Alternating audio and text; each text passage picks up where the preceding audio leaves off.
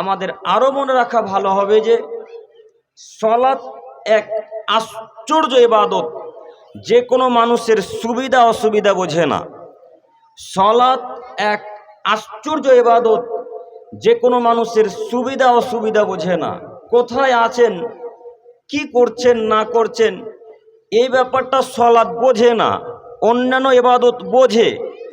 আপনি হজে যাবেন, হজে যাওয়ার পূর্বে যদি আপনার শরীর খারাপ হয়ে যায়, তো হজের টাকা পয়সা কাগজপত্র এমন একটা ব্যক্তির হাতে তুলে দিবেন যে লোকটা পূর্বে আগে হজ করেছে। ওই লোকটা সাফা মারওয়া সাই করে, কাবা ঘর তাওয়াফ করে, আরো ইত্যাদি ইত্যাদি হজের যত আরকান আছে সব বিধিবিধানকে মেনে যে হজ পালন করবে, ওই লোকটা হজ করে যত নেকি পাবে আপনিও ঠিক তত নেকি পাবেন। এই দেখেন হজের বিকল্প রাস্তা। কিন্তু সালাত এই ব্যাপারটা বোঝে না। সালাতের বিকল্প কোনো রাস্তাই নেই। পৃথিবীতে অনেক ইবাদতের বিকল্প রাস্তা আছে, কিন্তু সালাতের কোনো বিকল্প রাস্তা নেই। আব্দুল করিম সাহেব, অনেক ইবাদতের বিকল্প রাস্তা আছে মানে কি বলতে চাচ্ছেন? আরও কি কিছু ইবাদত আছে? জি হ্যাঁ, আরও ইবাদত আছে। তার একটি ইবাদত হচ্ছে সিয়াম, অর্থাৎ রোজা। যদি খানদার মানুষ রোজা রাখবো মনে করে, আর রোজা রাখার সময় তার শরীর খারাপ হয়ে গেল, এখন সে চলাচল করতে পারে না, ডাক্তারবাবু বলেছেন যে আপনি যদি রোজা রাখেন তাহলে আপনার অসুখ বেড়ে যাবে, আপনার মৃত্যু হতে পারে। এখন এই খানদার মানুষটা রোজা রাখবে না, তাহলে ইনি কি করবে? ইনি এমন এক ব্যক্তিকে খাওয়াবেন, ইফতার করাবেন, সাহারি খাওয়াবেন, যেই লোকটা ইফতার করবে সারাদিন না খেয়ে থাকবে, সারাদিন স্ত্রীর কাছে না গিয়ে থাকবে, আল্লাহকে সারাদিন ডেকে যত নেকি পাবে, আপনি তাকে খাওয়িয়ে পরিয়ে ইফতারি করিয়ে তত নেকি পাবেন। এই দেখুন সিয়ামের বিকল্প রাস্তা। কিন্তু সালাতের কোনো বিকল্প রাস্তা নেই। একটু আপনাকে আবারও বোঝাই। মনে করেন যে আসরের রক্তে আপনার এত শরীর খারাপ, আপনার দুই পা চলে না, হাতও চলে না, শুধু শ্বাস চলছে, আর আপনি বেঁচে আছে এটা আমরা বুঝতে পারছি। এখন যদি আপনার স্ত্রীকে বলেন যে রহিমা, আমি তো চলতে পারি না, আমার তো দুই পা চলে না, আমার হাতও চলে না, তো এক কাজ করো না, আমার পরিবর্তে তুমি আসরের সালাতটা আদায় করে দাও। এখন যদি আপনার পরিবর্তে আপনার স্ত্রী আসরের সালাত আদায় করে দেয় তো হবে? জি হবে না। এই জন্যে বলেছি সালাতের কোনো বিকল্প রাস্তা নেই। পৃথিবীর যে কোনো প্রান্তে থাকুন না কেন, যে কোনো অবস্থাতে থাকুন না কেন, ওই অবস্থাতেই ওই প্রান্তেই সালাত আদায় করতে হবে। সালাত আদায় করতেই হবে, যে কোনো মূল্যে সালাত আদায় করতে হবে। আব্দুল করিম সাহেব, কথা বুঝতে পারলাম না, একটু ক্লিয়ার করে বলেন। আমরা লালগোলা স্টেশন থেকে শিয়ালদা যাব, লালগোলা স্টেশন থেকে কলকাতা যাব, এইখান থেকে যাওয়ার পথে বহরমপুরের পর থেকে এত ভিড় হয়, পা রাখার জায়গা থাকে না। আব্দুল করিম সাহেব, এমত অবস্থায় জোহর হয়ে গেছে, এমত অবস্থায় আসর হয়ে গেছে, এমত অবস্থায় মাগরিব হয়ে গেছে। আমি এই অবস্থাতে কেমনে সালাত আদায় করি, কিভাবে সালাত আদায় করি আমি বুঝতে পারি না, কিভাবে করবেন তা জানি না। আল্লাহর নবী বলছেন ওই অবস্থাতেই সালাত আদায় করতে হবে। বসে দাঁড়িয়ে সালাত আদায় করতে হয়, দাঁড়িয়ে করে সালাত আদায় কোনো অপশন নেই। বসে সালাত আদায় করতে হবে, বসে সালাত আদায় করার ক্ষমতা নেই, শুয়ে সালাত আদায় করতে হবে, যে কোনো মূল্যে সালাত আদায় করতে হবে। আব্দুল করিম সাহেব, ট্রেনের উপরে দাঁড়িয়ে আছি, বসারও জায়গা নেই, শোয়ারও ব্যবস্থা নেই, এখন আপনাকে দাঁড়িয়ে দাঁড়িয়েই ওই অবস্থাতে সালাত আদায় করতে হবে। সালাত আদায় করতেই হবে, এর বিকল্প কোনো রাস্তা নেই। মনে রাখা ভালো হবে। আব্দুল করিম ভাই, আবার একটু কথা বুঝিয়ে বলেন। সালাত করার জন্য পবিত্রতা অবলম্বন করতে হয়, অর্থাৎ ওযু করতে হয়। তো পবিত্রতা অবলম্বন করতে হলে পানি লাগবে। তো পানির তো ব্যবস্থা নেই, লোকাল ট্রেনে আমরা যাতায়াত করি, লোকাল ট্রেনে পানির ব্যবস্থা নেই, এখন কি করব? এই জন্য আপনাকে মাঝে মাঝে আমি বলেছি, পৃথিবীর যে কোনো প্রান্তে যাবেন সঙ্গে কিছু মাটি রাখার চেষ্টা করবেন, ব্যাগে, পকেটে বা আপনার যে কোনো জায়গাতে একটু মাটি রাখার চেষ্টা করবেন। পানির ব্যবস্থা নেই, মাটি নিয়ে সুন্দর করে তায়াম্মুম করে সালাত আদায় করব। যে কোনো মূল্যে সালাত আদায় করতে হবে, যে কোনো মূল্যে। পৃথিবীতে যখন মানুষ সালাত আদায় করে ততক্ষণ সে মুসলিম। পৃথিবীতে যতক্ষণ মানুষ সালাত আদায় করে ততক্ষণ মানুষ মুসলিম। যখন মানুষ সালাত ত্যাগ করে তখন সে মুসলিম থাকে না। যখন মানুষ সালাতকে বাদ দিয়ে দেয় তখন সে মুসলিম থাকে না। যখন মানুষ সালাতকে পরিত্যাগ করে তখন সে মুসলিম থাকে না। হিন্দুর মাঝে, কাফেরের মাঝে, বৌদ্ধ, সাঁওতাল, ডোম, চামারের মাঝে যেমন কোনো পার্থক্য নেই, বেনামাজির মাঝে তেমন কোনো পার্থক্য নেই, ও তেমনই কাফের।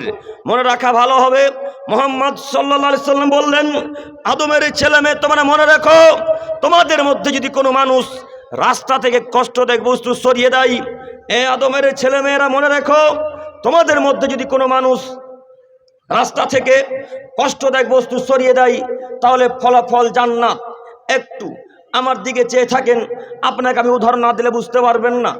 আপনাদের এই যে খানদুয়ার রাস্তা, এই খানদুয়ার রাস্তাতে মনে করেন একটা কুকুর মরে পচে গেছে, দুর্গন্ধে খানদুয়ার মানুষ, চিন্তামণির মানুষ টিকতে পারে না, দুর্গন্ধে থাকা যায় না, এত দুর্গন্ধ, পাশ দিয়ে যাওয়া যায় না, ওই রাস্তা দিয়ে যাতায়াত কোনো মানুষ করতে পারে না।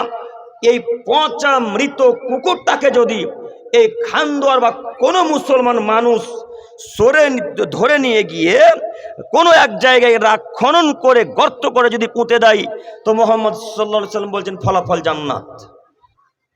আল্লাহু আকবার। কথা বুঝতে পারেননি মনে হয়। আমি কুকুরের কথা বললাম, আল্লাহ নবী তো কুকুরের কথা বলেননি। আল্লাহ নবী বলেছেন কষ্টদায়ক বস্তু। তো কষ্টদায়ক বস্তু বড় পাথর হতে পারে, কষ্টদায়ক বস্তু কাঁচও হতে পারে, কষ্টদায়ক বস্তু কাঁটা হতে পারে, কষ্টদায়ক বস্তু মৃত প্রাণীও হতে পারে। তো কষ্টদায়ক বস্তু যদি আদমের ছেলে মেয়ে সরিয়ে দেয় তো ফলাফল জান্নাত, ও জান্নাতে যাবে। উল্লেখ্য যে লোকটা কষ্টদায়ক বস্তুটা রাস্তা থেকে নিয়ে গিয়ে দূরে কোথাও পুঁতে দিল গর্ত করে, এই লোকটা নামাজ পড়ে না, এ লোকটা সালাত আদায় করে না। সালাত আদায় না করার কারণে এই রাস্তা থেকে কষ্টদায়ক বস্তু সরিয়ে দেওয়ার পরিবর্তে যে নেকিটা পেয়েছিল, নেকিটাকে আল্লাহ এখন কি করবে? কথা বলে না, কথা বুঝতে পারেন না। এই নেকিটা আল্লাহ এখন কি করবে? কেটে দিবে। এই নেকিটা এখন আর তার আমল নামাতে থাকবে না। লোকটা আমল করেছিল জান্নাতে যাওয়ার মতো, লোকটা কাজ করেছিল জান্নাতে যাওয়ার মতো, কিন্তু সালাত আদায় করে না, তার কারণে আল্লাহ তাআলা তার আমল নামাটা এখন কি করলেন? কেটে দিলেন। তার মানে হাদিসের বিবরণ দ্বারা বোঝা যাচ্ছে যার সালাত নেই তার পৃথিবীতে কিছু নেই, যার সালাত নেই তার পরকালে কিছু নেই। যে ব্যক্তি নামাজ আদায় করে না তার কোনো কিছু কিয়ামতের মাঠে পাওয়া যাবে না, কিছুই পাবে না। যদি কোনো মানুষ লাখ লাখ টাকা দিয়ে মসজিদ মাদ্রাসা তৈরি করে দেয়, যদি কোনো মানুষ কোটি কোটি টাকা দিয়ে রাস্তাঘাটে গাছ লাগিয়ে দেয়, রাস্তাঘাট তৈরি করে দেয়, যদিও কাজগুলো খুবই উন্নত মানের কাজ, জান্নাতে যাওয়ার মতো কাজ। উল্লেখ্য যে লোকটা রাস্তাতে গাছ লাগিয়ে দিল, রাস্তা তৈরি করে দিল, মসজিদ মাদ্রাসা বানিয়ে দিল, এই লোকটা সালাত আদায় করে না। কোটি কোটি টাকা খরচ করে দেওয়ার পরিবর্তে যে নেকিগুলা পেয়েছিল, রাস্তা করে দেওয়ার পরিবর্তে যে নেকিগুলা পেয়েছিল, এই সব নেকি আল্লাহ সুবহানাহু ওয়া তাআলা এখন কি করবেন? কেটে দিবেন। তার মানে যার নামাজ নেই তার কোনো ইবাদত নেই, যার নামাজ নেই তার হজ নেই, যার নামাজ নেই তার দান খায়রাত নেই, যার নামাজ নেই তার সিয়াম নেই, যার নামাজ নেই তার ভালো আচরণ নেই, যার নামাজ নেই তার পৃথিবীর কোনো ইবাদতে নেকি নেই। যদি কোনো মায়ের বেটা প্রমাণ করে দেয় যে সালাত ব্যতীত জান্নাতে যেতে পারে, কোনো মায়ের বেটা যদি বলে দেয়, যেদিন বলবে সেদিন থেকে আমি আব্দুল করিম আমিনুল ইসলাম জাতির সামনে ভিক্ষা চেয়ে, ক্ষমা চেয়ে জাতির সামনে বিদায় নেবার কোশ্চিন কালে জাতির সামনে আসবো না ইনশাল্লাহ, কোনোদিন নয়। কে বলল সালাত ব্যতীত ইবাদত কবুল হয়? এই যে আজকে যে প্রোগ্রাম যত যুবকে দিয়েছে, এরা যদি সালাত আদায় করে তো এরা নেকি পাবে, যদি সালাত আদায় না করে তো এক নেকিও পাবে না। যদি এক নেকি পাই তাহলে ইসলাম মিথ্যা ধর্ম। নাউজুবিল্লাহি মিন জালিক। ইসলাম মিথ্যা ধর্ম নয়, ইসলাম চূড়ান্ত এক সত্য ধর্ম, যে একজনের কথাতে চলে, তার নাম মুহাম্মদ সাল্লাল্লাহু আলাইহি সাল্লাম। তিনি বলেছেন সালাত কবুল হলে অন্যান্য ইবাদত কবুল হবে, সালাত কবুল না হলে কিছু ইবাদত কবুল হবে না। তাই বলছিলাম যে কোনো মূল্যে সালাত আদায় করার চেষ্টা করেন, যে কোনো মূল্যে সালাত আদায় করতে হবে, এটাই চূড়ান্ত কথা, এটাই আল্লাহ এবং রাসূলের বাক্য। বলছিলাম মহান আল্লাহ তাআলা বলেন, ইয়া আইয়ুহাল্লাযীনা আমানু, হে সারা পৃথিবীর ইমানদার মানব সম্প্রদায়, তোমাদেরকে বলছি তোমরা শোনো, ইস্তাইনু বিস-সাবরি ওয়াস-সালাহ, তোমরা আল্লাহর কাছে সাহায্য চাও সালাতের মাধ্যমে। তোমরা আল্লাহর কাছে সাহায্য চাও ধৈর্যের মাধ্যমে। ইন্নাল্লাহা মা'আস সাবিরিন, নিশ্চয় আল্লাহ সুবহানাহু ওয়া তাআলা ধৈর্যশীলদের সাথে থাকেন। অত্র আয়াতে 3টি বাক্য। এই ভাইরা, আপনাদের দৃষ্টি আকর্ষণ করছি, একটু গল্প করবেন না। গল্প করলে আয়াত এবং হাদিস অর্থ বুঝতে পারবেন না। এটা আমার অনুরোধ, আপনি এক খেলে আমার দিকে চেয়ে থাকেন। ইনশাআল্লাহ আমি আজকে কিছু না কিছু আপনাদের এলাকার মানুষের উপকার করবো ইনশাআল্লাহ। শুধু মনোযোগ দিয়ে বক্তব্য শুনতে হবে, এটাই আমার চাওয়া। একটু আপনার আমার দিকে চেয়ে থাকেন। মহান আল্লাহ তাআলা এই অংশে 3টি বাক্য বললেন। তিনি সারা পৃথিবীর ইমানদার মানব সম্প্রদায়কে ডাক দিয়ে বললেন, হে পৃথিবীর ইমানদার মানব সম্প্রদায়, শোনো, আমার কাছে চাও সালাত দিয়ে, আমার কাছে সাহায্য চাও ধৈর্য দিয়ে। ইন্নাল্লাহা মা'আস সাবিরিন, আমি আল্লাহ তাআলা ধৈর্যশীলদের সাথেই থাকি। অত্র আয়াতে 3টি বাক্যের প্রথম বাক্যের ব্যাখ্যা হচ্ছে এই যে এখন যে আমরা বর্তমান 2026 সালের এই মাসে যে বিপদে আছি, এসআইয়ের বিপদ হোক, আর আপনার এনআরসির বিপদ হোক, আর হিন্দুদের হাতে মার খাওয়ার বিপদ হোক, আর খ্রিস্টানদের হাতে মার খাওয়ার বিপদ হোক, পৃথিবীর যে কোনো বিপদে আসুক না কেন, যদি আল্লাহর কাছে সাহায্য চাইতে হয় তো কিসের মাধ্যমে চাইতে হবে? সলাতের মাধ্যমে। তো খানদুয়ার যে প্রায় মানুষই সলাত আদায় করে না, কেমনে আল্লাহর কাছে সাহায্য চাইবে? এখন লালগোলা থানার অধিকাংশ মানুষই যে সলাত আদায় করে না, কিভাবে আল্লাহর কাছে সাহায্য চাইবে? এখন মুর্শিদাবাদ, রঘুনাথগঞ্জ, জঙ্গিপুর, নদিয়া ইত্যাদি ইত্যাদি গ্রামের হাজারো জেলার মানুষ সলাত আদায় করে না। তাহলে এরা যদি দিন রাত আল্লাহকে বলে, আল্লাহ এসআইআর উঠিয়ে নাও, আল্লাহ এনআরসি উঠিয়ে নাও, আল্লাহ হিন্দুদের পক্ষ থেকে শাস্তি বন্ধ করো, আল্লাহ খ্রিস্টানদের পক্ষ থেকে শাস্তি বন্ধ করো, আল্লাহ বন্ধ করবে কেন? আপনার পদ্ধতি ভুল, আপনার পদ্ধতিটাই ভুল। সামান্য দুনিয়াবি টেকনোলজি, সামান্য দুনিয়ার মোবাইল যদি পদ্ধতি ছাড়া না চলে, আল্লাহর আইন বিধান পদ্ধতি ছাড়া কেমনে চলে? এইখানে আপনি একটা প্লে স্টোর খোলেন, প্লে স্টোরে যদি সঠিক আপনার পাসওয়ার্ড না দিতে পারেন, প্লে স্টোর খুলবে না। ফেসবুক সঠিক পাসওয়ার্ড না দিলে খুলবে না। ইনস্টাগ্রাম সঠিক পাসওয়ার্ড না দিলে খুলবে না। যদি দুনিয়ার যন্ত্রপাতি যদি নিয়ম কানুন মেনে চলে, আল্লাহর আইন কানুন মেনে চলা যাবে না? হ্যাঁ, আল্লাহর আইন কানুন মানতে হবে না? এত বিপদ আসছে আমার আপনার কারণেই। বলছিলাম, খানদুয়ার দিনী ভাই বোনদের কাছে আমার অনুরোধ, যে কোনো মূল্যে আল্লাহর কাছে চাইতে হবে সালাত দিয়ে। একটু আপনার কাছে আবারও বলি, এই যে বিপদ এসআইআর, এই বিপদ কিছুই নয়। এই যে বিপদ এনআরসি বিপদ কিছুই নয়। এই যে আমাদের উপর হিন্দুরা অত্যাচার করছে, খ্রিস্টানের অত্যাচার করছে, বৌদ্ধর অত্যাচার করছে, এই অত্যাচার কিছুই নয়। আব্দুল করিম সাহেব, প্রত্যেকের বাড়ি ঘর জ্বালিয়ে দেওয়া হচ্ছে, তারপরও বলছেন এই অত্যাচার কিছুই নয়। প্রত্যেককে মেরে দেওয়া হচ্ছে, দাড়ি কেটে দেওয়া হচ্ছে, তারপরেও বলছেন অত্যাচার কিছুই নয়। জি, এ কথা আমি বলিনি, এ কথা আল্লাহ তাআলা বলছেন। মহান আল্লাহ তাআলা বলেন, আহাসিবান নাস, পৃথিবীর মানুষ কি মনে করেছে, আইয়ুতরাকু আইয়াকুলু লাহু আমান্না, তারা কি মনে করেছে আমরা বলে দিলাম ঈমান আনলাম, আমরা বলে দিলাম আল্লাহকে বিশ্বাস করি, আমরা বলে দিলাম মুহাম্মদ সাল্লাল্লাহু আলাইহি ওয়াসাল্লামকে মানি, এ কথাই বললে কি তারা ছাড় পেয়ে যাবে? এ কথাই বলে কি তারা ছাড় পেয়ে যাবে? অহুম লা ইফতানুন, অথচ তাদেরকে তো পরীক্ষায় ফেলা হয়নি। আল্লাহ তাআলা বলছেন, আমি এই আদমের ছেলে মেয়েদেরকে পরীক্ষায় ফেলবো, ঠিক যেমন পরীক্ষায় ফেলেছিলাম পূর্বের জনগণকে। আমি আদমের ছেলে মেয়েকে পরীক্ষায় ফেলবো, ঠিক যেমন পরীক্ষায় ফেলেছিলাম পূর্বের জনগণকে। পূর্বের জনগণের প্রতি এত বিপদ এসেছিল, পূর্বের জনগণের প্রতি এত বিপদ এসেছিল, এত কঠিন বিপদ, এত বড় বিপদ, বিপদে মানুষ কান্নাকাটি করে বলতে শুরু করেছে, মাতা নাসরুল্লাহ, আল্লাহর সাহায্য কখন আসবে? মাতা নাসরুল্লাহ, আল্লাহর সহযোগিতা কখন আসবে? এই বাক্য মানুষ বলতে শুরু করেছিল।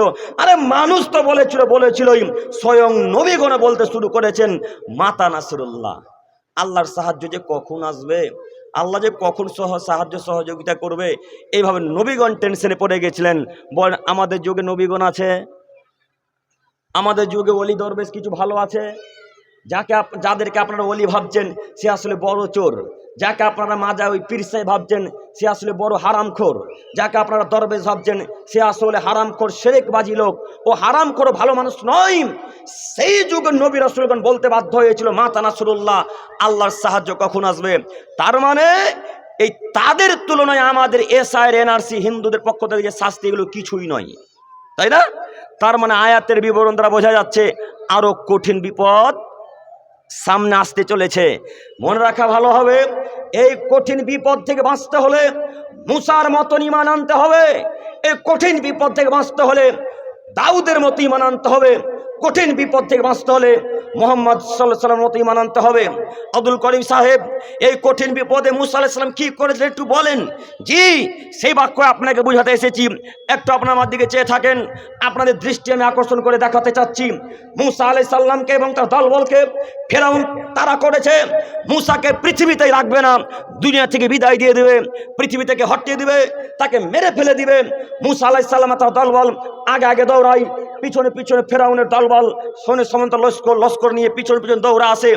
সামনে মহাসাগর, বিশাল সাগর, যার এই মাথা থেকে ওই মাথা দেখা যায় না, বিশাল মহাসাগর। এই মহাসাগরের সামনে মুসা আলাইহিস সালাম এবং তার সঙ্গীগণ দাঁড়িয়ে গিয়ে বললেন, এবার তো মুসা আমরা ফেরাউনের কাছে ধরা পড়ে গেলাম। আরে ও মুসা, আমরা তো ফেরাউনের কাছে ধরা পড়ে গেলাম। ফেরাউন তো আমাদেরকে কচু কাটা করে কাটবে, এবার আমাদেরকে মেরে ফেলবে।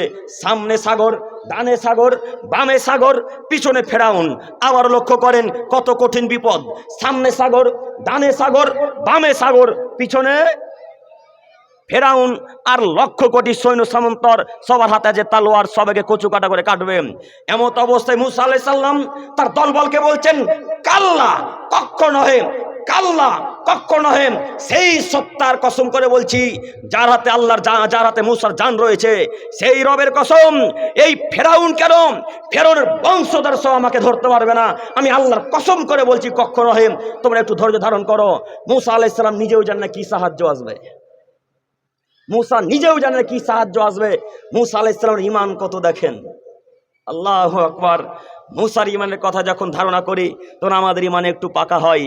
মুসার কথা যখন ভাবি, মুহাম্মদ সাল্লাল্লাহু আলাইহি ওয়াসাল্লামের কথা, আবু বকরের কথা যখন ভাবি, তখন ঈমান একটু আমাদের শক্ত হয়। বলেন তো, ডানে সাগর, বামে সাগর, সামনে সাগর, পিছনে ফেরাউন, মাচার কোনো পথ আছে? কোনো পথ নেই। মুসা আলাইহিস সালাম এরপরেও বলছেন, এবার আমাদেরকে ফেরাউন আমাদেরকে ধরতে পারবে না। এই বাক্য যখন মুসা আলাইহিস সালাম বললেন, তখন আল্লাহ তাআলা বললেন, মুসা তোমার হাতের লাঠিটা একটু সমুদ্রে আঘাত করো, টাচ করো, ছও, দেখো কত রাস্তা হয়ে যাচ্ছে। মুসা আলাইহিস সালাম আল্লাহর আদেশে লাঠিটা ঠেকালেন, বিশাল আকার রাস্তা তৈরি হয়ে গেল। মুসা আলাইহিস সালাম পার হয়ে গেলেন, ফেরাউনকে আল্লাহ ডুবিয়ে মারলেন। আমি যে বাক্য বলার জন্য মুসা আলাইহিস সালামের ঘটনাটা পেশ করলাম, সেটা হচ্ছে এই। একটু আপনারা বলেন তো, এই যে SIR, NRC, আরো কত কি যাবতীয় আছে, এগুলো আমি নাম জানি না। এই যে এতগুলা মানুষ এখন যারা আপাতত আছে, যাদের উপর এখন পর্যন্ত যাদেরকে মানুষ তুলে নিয়ে যাওয়া শুরু করেনি, এখন আল্লাহর কাছ থেকে বাঁচার পথ নেই। এখন আল্লাহর কাছ থেকে বাঁচা যাবে না। শুনলাম ওই দিয়ার বুঝেন না, ওই সাইদাপুর বাহুরা ঘাটের পাড়টা দিয়ার, ওই দিয়ার থেকে নাকি গত 2 দিন আগে, অর্থাৎ পরশু দিন, 5 থেকে 7টা মানুষকে তুলে নিয়ে গেছে।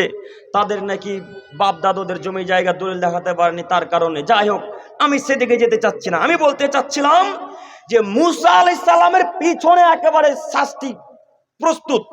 ফেরাউন কাটবে। এরপর আল্লাহকে ডাক দিয়ে বলুন, আল্লাহ তুমি সাহায্য সহযোগিতা করো। ওই রূপ যদি মুসার মতো আমরা আল্লাহকে ডাক দিয়ে বলতে শুরু করি, আল্লাহ তুমি এই সায়ের তুলে নাও, আল্লাহ তুমি এদের কাছ থেকে আমাদেরকে রক্ষা করো, আল্লাহ তুমি এই আযাব থেকে আমাদেরকে বাঁচাও, আল্লাহ কি আমাদেরকে রক্ষা করবেন না? এখনো কি পথ নেই? কথা বুঝেননি? এখনো তো পথ খোলা আছে না? পথ খোলা নেই। এখনো তো রহমতের দরজা বন্ধ হয়নি। এখন তো সূর্য পূর্ব দিকে সূর্য পশ্চিম দিক থেকে উঠেনি। এখন তো চন্দ্র সূর্য ভেঙে ভেঙে আসমান থেকে পড়েনি, না পড়তে শুরু করেছে। এখন তো রহমতের দরজা বন্ধ হয়নি, তওবার দরজা বন্ধ হয়নি। আজকে যদি আদমের ছেলেমেয়েরা রবের কাছে ডাক দিয়ে বলেন, আল্লাহ তুমি বড় দয়াবান, তুমি বড় ক্ষমাবান, তুমি বড় রহমান, তোমার দরবারে ভিক্ষা চেয়ে বলি, মালিক তুমি আমাদের উপর যে আযাব আছে, আযাবকে তুমি উঠিয়ে নাও, আল্লাহ তুমি আমাদেরকে রক্ষা করো। এইভাবে সবাই খানদুয়ার সারা পৃথিবীর মানুষ যদি আল্লাহর কাছে ডাকে, দোয়া করে, তো আল্লাহ কারো না কারো তো দোয়া কবুল করবে ইনশাল্লাহ। করবে না গো? করবে। আমি বলতে চাচ্ছি না যে খানদুয়ার মুর্শিদাবাদের সবাই হারামখোর। সবাই হারামখোর নয়, নিশ্চিত কেউ না কেউ ভালো আছে, আল্লাহ ইনশাল্লাহ নেই। নিশ্চিত আছে যদি সবাই হারাম করে তো আল্লাহ হারাম করে দোয়া কবুল করবেন না। হারাম করে দোয়া আল্লাহ তাআলা কবুল করেন না। একটু আমার কথা অনুযায়ী মনে করেন যে আমার এই পাঞ্জাবিটা হারামের টাকার ক্রয় করা, হারামের টাকা দিয়ে তৈরি করেছি। এই পাঞ্জাবিটা পরে যদি আমি আল্লাহকে এখন ডাকতে শুরু করি, কিয়ামত পর্যন্ত ডাকি যদি আল্লাহকে, তো আল্লাহ আমার ডাকে সাড়া দিবেন না। তার মানে যদি আল্লাহকে ডাকতে হয় তাহলে কিভাবে ডাকা লাগবে? হারাম খাদ্য পোশাক আশাক থেকে বিরত থেকে। পারবো আজকে থেকে ইনশাল্লাহ? পারবো ইনশাল্লাহ? ইনশাল্লাহ। আমি বলছিলাম পরের অংশে আল্লাহ তাআলা বললেন, পৃথিবীর মানুষ ধৈর্যের মাধ্যমে আমাকে ডাকো, আমি তোমাদের ডাকে সাড়া দিব। একটু খানদর মানুষ একদিন ডাকলো, 2 দিন ডাকলো, 3 দিন ডাকলো, 4 দিন ডাকলো, এইভাবে 1 মাস 2 মাস ডাকতে ডাকতে ডাকতে ডাকতে 3 মাসের মাথাতে দেখছে আল্লাহ দোয়া কবুল করেন না। তার মানে কত ডাকবো আল্লাহকে, আর দোয়াই করবো না। তখন মানুষ দোয়া করা ছেড়ে দেয়, তখন আল্লাহ তাআলা দোয়া কবুল করেন না। আল্লাহ বলছেন ধৈর্য সহকারে ডাকতে হবে, ধৈর্য রাখতে হবে, তাহলে আল্লাহ তাআলা ডাকে সাড়া দেবে। মহান আল্লাহ তাআলার বাণী দ্বারা বোঝা যাচ্ছে ধৈর্য এবং সালাতের মাধ্যমে যারাই আল্লাহর কাছ থেকে সাহায্য চেয়েছে তারাই পরিত্রাণ পেয়েছে। অতএব আজকে থেকে আমরা ধৈর্য এবং সালাত দিয়ে আল্লাহ তাআলাকে ডাকার চেষ্টা করবো ইনশাল্লাহ। ইনশাল্লাহ, ইনশাল্লাহ। আল্লাহ তুমি এই যুবকদেরকে কবুল করো, সকলে বলি আমিন। সম্মানিত উপস্থিতি, মহান আল্লাহ তাআলা আবারও বলেন, ইয়া আইয়ুহাল্লাযীনা আমানু, হে ঈমানদারগণ, উযকুরুল্লাহ যিকরান কাসীরা, তোমরা বেশি বেশি আমাকে স্মরণ করো, তোমরা বেশি বেশি আমাকে ডাকো। ওয়াসাব্বিহুহু বুকরাতান ওয়া আসীলা, সকাল সন্ধ্যা আমার জিকির আজকার করো। বর্তমান এই পরিপ্রেক্ষিতে আরো একটি কথা বলতে চাচ্ছি। মহান আল্লাহ তাআলা বললেন, যদি তোমরা আমাকে ডাকো আমি আল্লাহ তোমাদের ডাকে সাড়া দেব। তোমরা যদি আমাকে ডাকো আমি আল্লাহ তোমাদের ডাকে সাড়া দেব।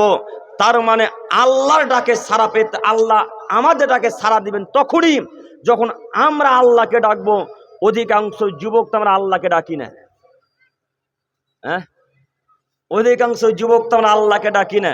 আল্লাহ বলছেন সাব্বিহুহু বুকরাতান ওয়া আসীলা, পৃথিবীর মানুষ তোমরা সকাল সন্ধ্যায় আমাকে ডাকো, দিন রাত বলো সুবহানাল্লাহ, আলহামদুলিল্লাহ, লা ইলাহা ইল্লাল্লাহ, আল্লাহু আকবার, ওয়ালা হাওলা ওয়ালা কুওয়াতা ইল্লা বিল্লাহ, সুবহানাল্লাহিল আযীম, সুবহানাল্লাহি ওয়া বিহামদিহি। দিন রাত আল্লাহ তাআলা বলতে বলছেন। কতদিন বলেছেন, কতবার বলেছেন। আর এই যে 3 নাম্বার শ্রেণীর যুবকদেরকে দেখছেন, একটু যদি কাজের ফাঁকা পায় তাহলে ওই সময় ফ্রি ফায়ার খেলবে, ওই সময়তে পাবজি খেলবে। এদের কাছে যদি মোবাইল না থাকে, যদি চার্জ না থাকে, ওই বাকিটুকু সময়টা চায়ের দোকানে গিয়ে ক্যারাম বোর্ড খেলবে। এই তো 3 নাম্বার শ্রেণীর এরা যুবক। এরাই আবার চায়ের দোকানে বলছে এসআই চালু হয়ে গেল। বেটা তোমার উপরে এসআই চালু হবে না তো হিন্দুর উপরে হবে? হ্যাঁ, তোমাকে খ্রিস্টানরা কাটবে না তো হিন্দুরাকে কাটবে, সাঁওতালরাকে কাটবে? তোমাকেই তো কাটবে। তুমি তো নির্লজ্জ যুবক, বেহায়া যুবক।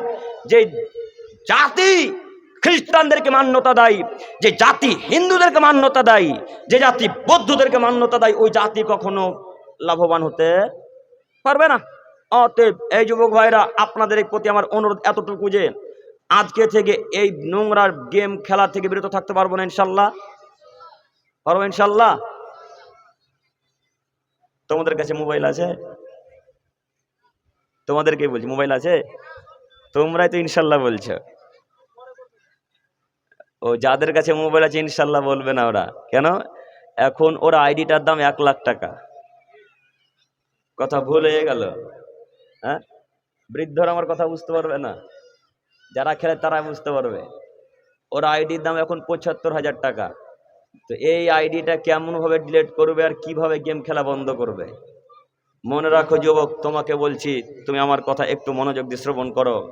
বিশ্বাস করো, তুমি যেই সুর দেখে রাস্তা থেকে দ্রুত চলে যাওয়ার চেষ্টা করো, যেই শুকর দেখলে তুমি নাকে রুমাল দিয়ে ও কাপড় দিয়ে ঢেকে দূর দিয়ে যাওয়ার চেষ্টা করো, সেই শুকরের গোশত লাড়ছ তোমাকে নোংরা লাগে না, সেই শুকরের রক্ত লাড়ছ তোমাকে নোংরা লাগে না। এই তো যুবক। এই জন্য তোমাকে লালগড়ের আলোচনাতে কোনোদিন বলেছিলাম, তোমার মতো যুবক খানদোয়ার মাটিতে না থেকে খানদোয়ার গোরস্থানে চলে যাও, অনেক ভালো, অনেক ভালো। তুমি কাপুরুষের বাচ্চা, কাপুরুষ, তোমার বাপও কাপুরুষ। তুমি খ্রিস্টানদের নীতিকে মূল্যায়ন করেছো, তুমি হিন্দুদের নীতিকে মূল্যায়ন করেছো, তুমি বৌদ্ধদের নীতিকে মূল্যায়ন করেছো, ইহুদিদের নীতিকে মূল্যায়ন করেছো। তোমার মতো যুবককে আমরা মানুষই মনে করি না, তোমাদেরকে মূল্যায়নই করি না। যেই খ্রিস্টান গাজার মুসলমানকে কচু কাটা করে কাটে, যেই ইহুদি ফিলিস্তিনের মুসলমানদেরকে কচু কাটা করে কাটে, তাদের নীতি তোমার মোবাইলে থাকে, এটা আমি কিভাবে মেনে নিতে পারি? তোমাকে আমি ভালো মুসলমান বলি কিভাবে? তোমাকে আমি সৎ যুবক চরিত্রবান যুবক কিভাবে বলতে পারি? না, তুমি অশিক্ষিত যুবক, এ কথাই চূড়ান্ত। মনে রাখা ভালো হবে যুবক, আজকের পর থেকে যে কোনো মূল্যে শূকরের গোশত লড়া বন্ধ করবে ইনশাল্লাহ। শূকরের গোশত লড়া বন্ধ করতে হলে কি করতে হবে তাহলে? হ্যাঁ, কি করতে হবে? গেম থেকে বিরত থাকতে হবে। আর এরপরেও যদি শূকরের গোশত লাড়ো, গেম যদি খেলো, তাহলে শূকরের গোশত আর রক্ত একসাথে লাড়া হবে, এ কথা মুহাম্মদ সাল্লাল্লাহু আলাইহি সাল্লাম বলেন। যাই হোক, বলছিলাম আল্লাহ তাআলাকে ডাকবেন, আল্লাহ তাআলা আপনার ডাকে আমার ডাকে সাড়া দেবে তখনই যখন আল্লাহকে আমরা ডাকবো। অতএব আজকের পর থেকে যে কোনো মূল্যে আল্লাহকে ডাকার চেষ্টা করবো ইনশাল্লাহ। আমি আবারও এখানে বলতে চাচ্ছি, ধৈর্যের সাথে আল্লাহকে ডাকতে হয়, আল্লাহকে সময় দিয়ে ডাকতে হয়। আপনাদেরকে আমি আবারও বলতে চাচ্ছি, ধৈর্য দিয়ে আল্লাহ তাআলাকে ডাকতে হয়। ঠিক যেমন একটা মানুষের কাছে টাকা কর্জ নেবেন, ঠিক যেমন একটা মানুষের কাছে টাকা ধার নেবেন, ওকে যেমন কাকুতি মিনতি করে বলেন, ওর চাইতে বেশি আল্লাহকে কাকুতি মিনতি করে ডাকতে হবে। আব্দুল করিম সাহেব একটু বুঝিয়ে বলেন, একটু বুঝাই আপনি দেখেন।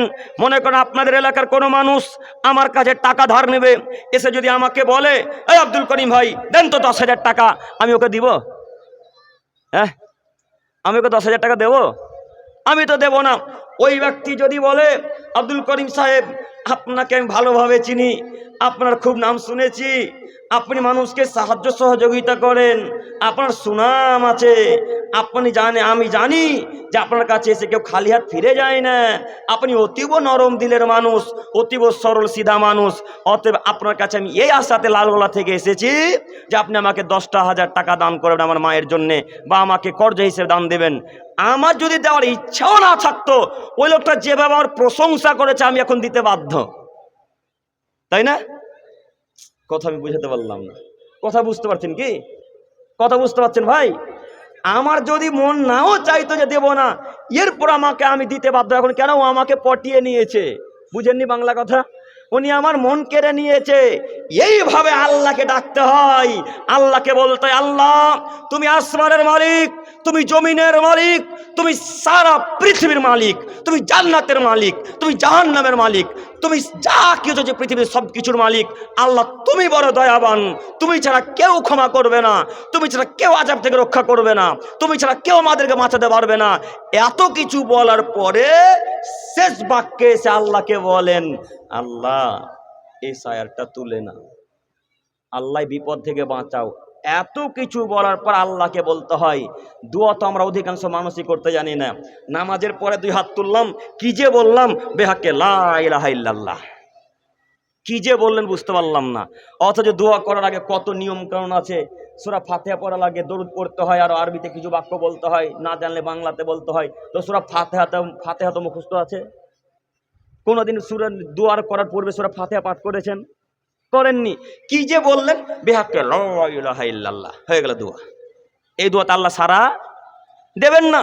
অতএব আমি যেটা বলতে চাচ্ছিলাম, যে কোনো মূল্যে আপনাকে নীতি পরিবর্তন করে আল্লাহ তাআলাকে ডাকতে হবে। আল্লাহ আমাদের সকলকে কবুল করুক, সকলেই বলি আমিন। সম্মানিত উপস্থিতি, এরপর আয়াত মহান আল্লাহ তাআলা বলেন, ইন্নাস সালাতা তানহা আনিল ফাহশাই ওয়াল মুনকার। পৃথিবীর মানুষ তোমরা মনে রেখো, নিশ্চয় সালাত, নিশ্চয় নামাজ মানুষকে অন্যায় কাজ থেকে বিরত রাখে। নিশ্চয় সালাত, নিশ্চয় নামাজ মানুষকে অন্যায় কাজকর্ম থেকে বিরত রাখে, মানুষকে দূরে রাখে। এই আয়াতটা একেবারে খান্দর মানুষের সাথে মিলে না, এই আয়াতটা একেবারে লালগোলা থানার মানুষের সাথে মিলে না, এই আয়াতটা রঘুনাথগঞ্জ থানার মানুষের সাথে মিলে না, পৃথিবীর প্রায় মানুষের সাথে আয়াতটা মিলে না। আব্দুল করিম সাহেব কেমন কথা বলছেন? আয়াত মিলে না মানে? জি, আয়াত মিলে না। এই জন্য বলছি, আল্লাহ বললেন ইন্নাস সালাতা তানহা আনিল ফাহশাই ওয়াল মুনকার। নিশ্চয়ই যারা সালাত আদায় করে, তাদেরকে সালাত অন্যায় কাজ থেকে বিরত রাখে, তাদেরকে নামাজ খারাপ কাজকর্ম থেকে বিরত রাখে, দূরে রাখে। এই বাক্য যদি আসলে সত্য হয়, তো খান্দর যে লোকটা 5 ওয়াক্ত সালাত আদায় করে, এই লোকটা সুদও খায়। তো কই নামাজ মানুষকে অন্যায় কাজ থেকে দূরে রাখলো? মিডিলে যারা আপনারা আছেন বুঝতে পারেননি আমার কথা, বুঝেননি কথা না? আল্লাহ বলছেন যারা সালাত আদায় করে তাদেরকে নামাজ অন্য কাজকর্ম থেকে বিরত রাখে। এই বাক্য যদি আসলে সত্য হয়, তাহলে আমি এখন খানদার মানুষের দৃষ্টি আকর্ষণ করে বলতে চাচ্ছি, যারা সালাত আদায় করে তারা বিড়িতে টানও মারে। কই বলেন এদেরকে নামাজ বিড়ি থেকে দূরে রাখলো? পারলো রাখতে? অধিকাংশ মানুষ সালাত আদায় করে, আবার অধিকাংশ লোকের খান্দোয়াতে বন্ধনও চলে, লোনও চলে, আর ইত্যাদি ইত্যাদি কত হারাম কাজকর্ম চলে। কই নামাজ অন্য কাজ থেকে বিরত রাখলো? রাখতে পারলো? রাখতে পারলো? পারেনি। অধিকাংশ মানুষ সালাত আদায় করে, আবার অন্যের নামে গীবতও করে, দুর্নামও করে, পরনিন্দা করে। আর পরনিন্দা এত মিষ্টি জিনিস, পরনিন্দা এত মিষ্টি জিনিস, যেন মনে হচ্ছে যত বলছি তত ভালো লাগে, যত বলি তত ভালো লাগে। একজনে দুর্নাম করতে যে কত ভালো লাগে, অন্তরটা খুশি হয়। খুশি হয় একটাই কারণ, শয়তান অন্তরে এসে গেঁথে যায়, গেঁথে এসে বলে আরো কিছু বল, আরো কিছু বল। আব্দুল করিম নাম আরো বল, আরো বলতে বলতে বলতে বলতে যেটা সত্য সেটাও বললো, যেটা মিথ্যা সেটাও বলে ফেললো। বলেন যদি নামাজ অন্যায় থেকে মানুষকে বিরত রাখতেই পারলো, তাহলে গীবত থেকে কেন বিরত রাখতে পারলো না? তার মানে কি আল্লাহ তাআলা মিথ্যা কথা বললেন? নাউজুবিল্লাহি মিন জালিক। আল্লাহ মিথ্যা কথা বলেননি। আমি আর আপনি আল্লাহর কথাকে বুঝতে ভুল করেছি। আল্লাহ বললেন যারা সালাত আদায় করে তারা অন্য কাজ থেকে বিরত থাকবে। এই বাক্যের বিবরণ দ্বারা বোঝা যাচ্ছে যারা অন্তর থেকে ইখলাসের সাথে সালাত আদায় করবে এদেরকে নামাজ অন্য কাজ থেকে বিরত রাখবে। তাছাড়া এই যে যারা বরিন্দাতে গুল গুঁজে রাখছে, বরিন্দা বুঝেন না, লঙ্গির, বুঝতে পারেন না? হ্যাঁ, এই যে যারা পকেটে বিড়ি রাখছে, এই যে যারা পকেটে কাঠি রাখে, দেশ সালাই রাখে, আর ইত্যাদি ইত্যাদি কত কি আছে, এরা আল্লাহকে ভয় করে না। এরা ব্যাটার জন্য নামাজ পড়ে, এরা বিহাইয়ের জন্য নামাজ পড়ে, এরা বিহানের জন্য নামাজ পড়ে। বিহাই বিহান বুঝেন? বুঝছেন না? এরা বিহাইয়ের জন্য নামাজ পড়ে। কেন? বিহাই এসেছে 2 মাস পর 3 মাস পর। তো এই লোকটার বয়স আজকে 45 বছর 50 বছর, তো বিহাই তো সালাত আদায়কারী ব্যক্তি, নামাজ পড়ে, তখন বলবে ও বিহাই বেটির বিয়ে দিয়ে দিলেন তাও নামাজ পড়ছেন না। এই ভয়ে তোমার বাপ নামাজ পড়ে, তাই তোমার বাপের পকেটে এখনো বিড়ি আছে, তাই তোমার বাপে এখন ইমামের নামে দুর্নাম করে, তাই তোমার বাপে এখনো পাড়া প্রতিবেশীকে গালি দেয়, তাই তোমার বাপ এখনো সিগারেট পান করে, এখনো তোমার বাপ চায়ের দোকানে বসে দুর্নাম করে আর চা পান করে আর জর্দা পান খেয়ে টিভির দিকে ফেল করে তাকিয়ে থাকে। বলো তোমার বাপ কিসের ইমানদার মানুষ? বলো তোমার বাপ কিসের মুরব্বী মানুষ? বলো তোমার বাপের কিসের ইমান আছে? তোমার বাপের পকেটে এখন চেক করো। আল্লাহি আল্লাহর কসম, আল্লাহি আল্লাহর কসম, আল্লাহি আল্লাহর কসম, আমি আশাবাদী এইখানে অধিকাংশ লোকের পকেটে বিড়ি আছে, অধিকাংশ লোকের পকেটে। নাই না? হ্যাঁ, সব ফেরেশতা গো। অধিকাংশ লোকের পকেটে বিড়ি থাকবে। চেক করা তো অপরাধ, চেক করলে অপমান হবেন, চেক করতেও চাই না। মনে রাখা ভালো হবে শিক্ষিত মানুষদেরকে ইশারায় যথেষ্ট। যারা ভদ্র মানুষ, শিক্ষিত মানুষ, তাদেরকে বললেই যথেষ্ট হয়, চেক করার প্রয়োজন হয় না। অতএব বলছিলাম যুবক ভাই, মনে রাখা ভালো হবে সালাত যে আল্লাহকে খুশি করার জন্য আদায় করবে, ইখলাসের সাথে অন্তর থেকে যে আল্লাহকে ডাকবে, তারাই তাদেরকে সালাত অন্যায় কাজকর্ম থেকে বিরত রাখবে। তাছাড়া যারা সালাত আদায় করে অন্যায় কাজকর্ম করে বেড়াচ্ছে, এরা মূলত আল্লাহকে খুশি করার জন্য সালাত আদায় করে না, লোককে দেখার জন্য সালাত আদায় করে। তাই বলছিলাম আল্লাহ নবী এবং আল্লাহ তাআলা বললেন রিয়াকার ইবাদত যারা করবে তারা জাহান্নামে যাবে, যারা ইবাদত করবে না তারাও জাহান্নামে যাবে। একটু একটু এই ভাইরে একটু এদিকে দেখেন, আপনাদেরকে দেখাই। একটা লোক সালাত আদায় করে এও জাহান্নামে যাবে, আর একটা লোক সালাত আদায় করে আবার 2 দিন করে না, বা লোক দেখানো সালাত আদায় করে, মানুষ দেখানো ইবাদত করে, এ লোকটাও জাহান্নামে যাবে। দুজনেই জাহান্নামে যাবে, কিন্তু দুজনের জাহান্নাম আলাদা আলাদা। আবারও দৃষ্টি আকর্ষণ করছি, আপনারা গল্প করছেন, আমি যদি এখন কর্কশ ভাষায় আপনাকে কথা বলি তাহলে আব্দুল করিম খারাপ। আমি আপনাকে প্রথম বাক্যে বলেছিলাম আমি যতক্ষণ কথা বলবো আপনি একটা আমার দিকে এক খেলে চেয়ে থাকবেন, নইলে আয়াতের অর্থ হাদিসের অর্থ বুঝতে পারবেন না। আপনি যে গল্প করছেন আর একজনের ঘাড়ে হাত দিয়ে আছেন, এই বাক্যটা বুঝতে পারেন আমি কি বলতে চাচ্ছি? আপনি আমার কথাটা ইয়ার কি ছলে নেবেন, তখন চায়ের দোকানে গিয়ে বলবেন করিম ব্যাটার কথা কিছুই বুঝিনি। এ বাক্য যদি বলেন তো আমি অপরাধ, আমি দোষী না আপনারা দোষী? আমি দেহে শ্বাস থাকাকালীন যতক্ষণ থাকবো চেয়ারে ততক্ষণ পর্যন্ত বুঝিয়ে যাওয়ার চেষ্টা করবো ইনশাল্লাহ।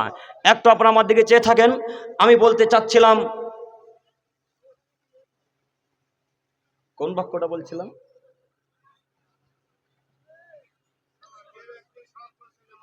হ্যাঁ ঠিক, জাযাকাল্লাহু খাইরান, আল্লাহ আপনার ইলমে বারাকা দান করুক, আমিন।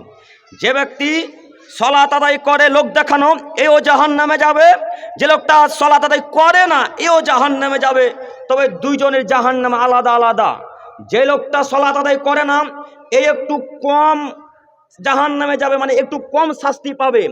আর যে লোকটা মাঝে মাঝে সালাত আদায় করে, মাঝে মাঝে ছেড়ে দেয় বা লোক দেখানো সালাত আদায় করে, ওই লোকটার চাইতে এই লোকটাকে আল্লাহ তাআলা বেশি শাস্তি দিবে। যে লোকটা সালাত লোক দেখানোর জন্য আদায় করে, তাহলে দুইজনের মাঝে পার্থক্য হলো তো, বুঝতে পেরেছেন না? তার মানে যে লোকটা মাঝে মাঝে সালাত আদায় করে বা লোক দেখানো ইবাদত করে, এরই শাস্তি সব চাইতে কঠিন, একেই আল্লাহ কঠিন শাস্তি দিবেন। তাই বলছিলাম, লোক দেখানো ইবাদত বন্ধ করেন, আল্লাহ তাআলাকে ডাকেন। আর লোক দেখানো ইবাদত ততক্ষণ পর্যন্ত বন্ধ হবে না যতক্ষণ পর্যন্ত ইখলাস অন্তর থেকে আল্লাহ তাআলাকে ডাকতে না শিখবেন, ততক্ষণ পর্যন্ত আল্লাহ তাআলা আপনাটাকে সাড়াও দেবে না, আল্লাহ তাআলাকে আপনি ডাকতেও শিখবেন না, এবং আপনি ডেকে শান্তি তৃপ্তি অনুভব করতে পারবেন না। তাই বলছিলাম, একটু রিয়াকার ইবাদত বন্ধ করে, লোক দেখানো ইবাদত বন্ধ করে আল্লাহ তাআলাকে অন্তর থেকে ডাকার চেষ্টা করেন, আল্লাহ আমাদের ডাকে সাড়া দেবে ইনশাআল্লাহ। এরপরে আয়াত মহান আল্লাহ তাআলা বলেন, কদ আফলাহাল মুমিনুন। পৃথিবীর মানুষ মনে রাখো, ওই সমস্ত মুমিন সফল, ওই সমস্ত মুমিন জান্নাতি, ওই সমস্ত মুমিন সফল সাকসেসফুল, আল্লাযীনা হুম ফি সালাতিহিম খাশিউন, যারা ভয় ভীতি নিয়ে সালাত আদায় করে, যারা ভয় ভীতি নিয়ে নামাজ পড়ে, এরা সফল। এ কথা আল্লাহ তাআলা বলছেন। আল্লাহ একেবারে সার্টিফিকেট দিয়েই দিলেন, আল্লাহ গ্যারান্টি দিলেন, কদ আফলাহাল মুমিনুন, ওই সমস্ত মুমিন সফল, আল্লাযীনা হুম ফি সালাতিহিম খাশিউন, যারা ভয় ভীতি নিয়ে আল্লাহকে ডাকে। তার মানে বোঝা যাচ্ছে, ভয় ভীতি নিয়ে যারা আল্লাহকে ডাকবে তারাই জান্নাতি মানুষ, তারাই জান্নাতে যাবে, তারাই সফল। বলছিলাম, একটু ভয় করে আল্লাহকে ডাকেন। ভয় মানে যখনকার সালাত তখন আদায় করতে হবে, এটা হলো ভয়। ভয় মানে মাগরিবের আসরের সালাত হয়ে গেছে, খুব ঘুম, চোখ দুটাকে চেপে চেপে ধরেছে, আজান ঠিকই শুনতে পাচ্ছেন, তারপরেও মনে হচ্ছে আরে আজানটা হোক তারপরে উঠবো। ঘড়িটা দেখলেন, আজান কমপ্লিট, আজান শেষ, এরপরে আর 10 মিনিট সময় আছে জামাতের। তারপর ঘড়িটা দেখার পর মনে হচ্ছে আর 10 মিনিট পরে উঠে যাব, উঠে উজু করে মসজিদের দিকে রওনা দেব। এইভাবে করতে করতে করতে করতে আজানের সময়ও শেষ, অজুর সলাতের সময়ও শেষ, আপনার জামাতও শেষ হয়ে গেল। এইভাবে আপনি সলাত ছেড়ে দিলেন। এটা মূলত ভয় নয়। ভয় তখনই করা উচিত ছিল, সঙ্গে সঙ্গে আজানের শব্দ শুনে উত্তর দিলাম তো দিলাম, নইলে উজু করে মসজিদের দিকে চলে গেলাম। এটা হলো ভয়। আমি কি বুঝাতে পারলাম কথাটা? এটা হলো ভয়।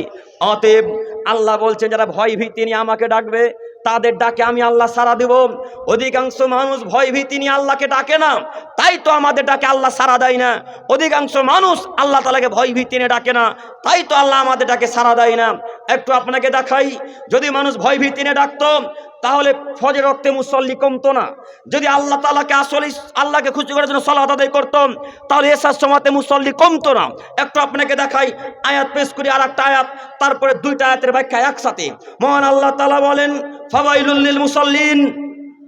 পৃথিবীর মুসল্লিগণ, পৃথিবীর মানুষ, মনে রেখো, ধ্বংস সুনিশ্চিত, ধ্বংস অবধারিত, ধ্বংস হবেই হবে ওই সমস্ত সালাত আদায়কারী, ওই সমস্ত নামাজি যারা ইচ্ছা মতো সালাত আদায় করে, যারা খুশি মতো সালাত আদায় করে, এরা ধ্বংস হবে। অত্র এই আয়াতের বিবরণ দ্বারা বোঝা যাচ্ছে যে যারা মন মতো নামাজ পড়ে এরা জাহান্নামে যাবে। তার মানে বোঝা যাচ্ছে যারা নামাজ পড়ে এরাও জাহান্নামে যাবে। নামাজ পড়েও কোনো মাপ নেই, নামাজ পড়েও জাহান্নামে যেতে হবে। এবার আপনাকে আমি বলতে চাচ্ছি, মন মতো সালাত কাকে বলে? মন মতো সালাত আবার কেমন একটু দেখাই আপনাকে। একটু দেখেন, মাগরিবের মুয়াজ্জিন সাহেব আজান দিয়ে দিয়েছে, আপনি আর আপনার বন্ধু চায়ের দোকানে বসে চা পান করছেন বা গল্প কিছু করছেন, যাই হোক, তো আজান শোনা মাত্রই আপনি উঠে যাচ্ছেন, এভাবে চেয়ার থেকে উঠে যাওয়ার চেষ্টা করছেন। তখন আপনার বন্ধু হাতটা ধরে বলছে, এই এখানে আজান দিচ্ছে, একটু পরে যা বস, একটু পরে যাবি। বন্ধুর কথা শুনে থেকে গেলেন, আজান চলছে, আজান কমপ্লিট শেষ, আবার উঠে যাওয়ার চেষ্টা করছেন। তখন আপনার বন্ধুটা বলছে, আরে বেটা একটু থাক না, একটু পরে যাবে, কাজা কি নামাজ হয় না, নামাজটা পরে আদায় করে নিবি। তখন আপনি আপনার বন্ধুর কথা শুনে কাজা করে দিলেন, নামাজটাকে লেটে পড়বেন, আর সেই সময়তে আসলেন না। এটা হলো মন মতো সালাত আদায় করা। কথা আমি বুঝাতে পারিনি। এটা হলো মন মতো সালাত আদায় করা। আবারও দেখাই, আসরের সালাত, ঘুমিয়ে আছেন, আজান হচ্ছে, আপনি যাচ্ছেন করতে করতে শেষ, মাগরিব পার হয়ে গেল। এটা হচ্ছে মন মতো সালাত আদায় করা। তাই আল্লাহ তাআলা বলছেন, যারা মন মতো সালাত আদায় করবে এরা জাহান্নামে যাবে। মানুষ সালাতকে মূল্যায়ন করে না। একটু দেখেন, জোহরের সালাত আসরে, এরকম মুসল্লি নাই আমাদের এলাকায়? এই ভাই রে, এরকম মুসল্লি নাই গো, যে জোহরের সালাত আসর আদায় করবে, আসরের সালাত মাগরিবে আদায়, মাগরিবের সালাত এশাতে আদায় করবে। আর ফজরের কথা বলবো, হ্যাঁ ফজরের কথা বলবো, ফজরে তো মুসল্লি আসে না, তো কিভাবে বলি? আচ্ছা, যদিও আমি কথাটা বলতে রাজি ছিলাম না, তারপরেও আমাকে বলতে হচ্ছে। একটু দেখেন, আপনি যে ফজর রক্তে উপস্থিত না হয়ে ঘুমিয়ে কাটিয়ে দিলেন সময়টা, ওই সময়টা যদি আপনাদের খানদোয়ার মসজিদটা বা গোরস্থানটা বা মাদ্রাসাটা দখল করে নেয় খ্রিস্টান বা হিন্দুরা বা ইত্যাদি ইত্যাদি কোনো মানুষেরা, আপনারা কেউ বাধা দিতে পারবেন? জি, কথা বলে না, বাধা দিতে পারবেন না। কেন পারবেন না? সবাই তো ঘুমিয়ে আছেন। আর ভারতবর্ষের একটা রুলস, আইন হলো, যদি কোনো মানুষ একটা পাথর বা মূর্তি কোনো জায়গাতে গিয়ে এইভাবে বসিয়ে দেয়, বসিয়ে দেওয়ার পর যদি কিছু সিঁদুর বা লাল কিছু রং জিনিস লাগিয়ে দেয়, কোনো মায়ের বেটা মূর্তি বা পাথরটাকে সরার কোনো ক্ষমতা রাখে না। যদি কোনো মানুষ সরিয়ে দেয় তো লাল গলার পুলিশ আর পিঠে চামড়া গুটিয়ে দেবে, বাঁদরের মতো লাল করে দেবে। এই হচ্ছে ভারতের একটা রুলস, আইন। কেউ সরিয়ে দিতে পারে না। সামান্য যদি বট গাছে একটা সিঁদুর লাগিয়ে দেয়, গাছটা কাটতে পারবেন না। জানেন না আইন? জানেন না? সামান্য বট গাছ, এটাকে কেটে ফেলতে পারবেন না। তাহলে আপনি যে ফজরতে ঘুমিয়ে থাকলেন, আর ওরা 3:30 4টার সময় এসে পাথর রেখে মূর্তির সামনে আতার ওই আলকা সিঁদুর আর লাল লাল কিছু জিনিস মাখিয়ে চলে গেল, আপনি কখন বাধা দিবেন? কখন বাধা দিবেন? আচ্ছা, ওই সময় যদি খানদোয়ার এতগুলা মানুষ এখন আছে, আলহামদুলিল্লাহ, সবাই খানদোয়া, এটা বলতে চাচ্ছেন, এর মধ্যে কিছু সাইদাপুরের আছে, কিছু চিন্তাময়ের আছে, কিছু লালগোলার আছে, ইত্যাদি ইত্যাদি সবার আছে। তো 100%-এর মধ্যে 40% তো খানদোয়ার আছে এখানে। তো 40% মানুষ যদি আজ ফজরের সময় যেত, আর ওই সময় যদি কোনো মানুষ আমাদের মসজিদ, আমাদের মাদ্রাসা, আমাদের গোরস্থান, আমাদের কোনো জায়গা দখল করতে আসতো, কোনো মায়ের বেটার যোগ্যতা বা ক্ষমতা হতো মসজিদ মাদ্রাসা দখল করার? লোক দেখে ভয়ে বাপরে মারে করে চলে যেত। বাপরে বাপ, এতগুলা লোক আছে, না দখল করা যাবে না। কথা বুঝেননি মনে হয়। যখন ওরা দেখলো আপনি ঘুমিয়ে আছেন, তখন মাদ্রাসা দখল হয়েছে। আপনাকে দেখলো যখন আপনারা ঘুমিয়ে আছেন, তখন মসজিদ দখল হয়েছে। আপনার কারণে আজকে মসজিদ দখল হয়েছে, আপনার কারণে মাদ্রাসা ভেঙেছে, আপনার কারণে গোরস্থানে আজকে বুলডোজার চলেছে, আপনার কারণে মসজিদে মূর্তি বসেছে, আপনার কারণে আজকে মাদ্রাসা দখল হয়েছে। শুধু আপনি কারণ, আপনি সালাত থেকে দূরে, আপনি বিধান থেকে দূরে, আপনি নামাজ থেকে দূরে, আল্লাহ থেকে দূরে। তাই আজকে বিধান পরিবর্তন হয়ে তারা মেনে নিতে যাচ্ছে, তারা দখল করতে চাচ্ছে। বিশ্বাস করুন, এইভাবে দিন কায়েম করা যায় না। সালাত আদায় না করে দিন কায়েম করা যায় না। সালাত আদায় না করে জিহাদ করা যায় না। সালাত আদায় না করে আল্লাহ তাআলা ডাকে সাড়া দেয় না। বিশ্বাস করুন, এই যে যুবক, যে ছেলেগুলা বলছেন আমাদেরকে যদি মোদি বা কোন সরকার ফিলিস্তিন যাওয়ার ব্যবস্থা করে দেয়, গাজা যাওয়ার ব্যবস্থা করে দেয়, তাহলে আমরা ফিলিস্তিনের পক্ষ থেকে ইসরায়েলের বিরুদ্ধে জিহাদ করব। আমরা ফিলিস্তিনের পক্ষ হয়ে, গাজার পক্ষ হয়ে ইসরায়েলের বিরুদ্ধে জিহাদ করব।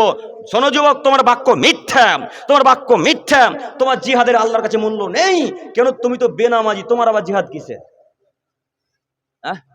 তুমি তো বিড়িখোর, তোমার জিহাদ কিসের? বেনামাজির কোনো জিহাদ আছে? বেনামাজির কোনো ইবাদত আছে? বেনামাজির কিছুই নেই। তো তুমি জিহাদের পরিকল্পনা এখন করছো কেন? মনে রাখা ভালো হবে যুবক, বলছিলাম আল্লাহ তাআলাকে ডাকতে শিখুন, সদা সর্বদা আল্লাহকে ডাকুন। আল্লাহ তাআলা বলছেন ওই সমস্ত সালাত আদায়কারী ধ্বংস হবে, ওই সমস্ত নামাজি ধ্বংস হবে যারা ইচ্ছা মতো সালাত আদায় করে, মন মতো যারা সালাত আদায় করে, এরা ধ্বংস হবে। আজকে থেকে ওয়াক্তের সালাত ওয়াক্তে আদায় করার চেষ্টা করবো ইনশাল্লাহ, ইনশাল্লাহ, ইনশাল্লাহ। সাথে সাথে আরো এখানে দুই একটি কথা হচ্ছে এই যে ফজরের ওয়াক্তে যদি ইমাম সাহেব একদিন উঠতে না পারে, তাহলে কত যে দুর্নাম চলে।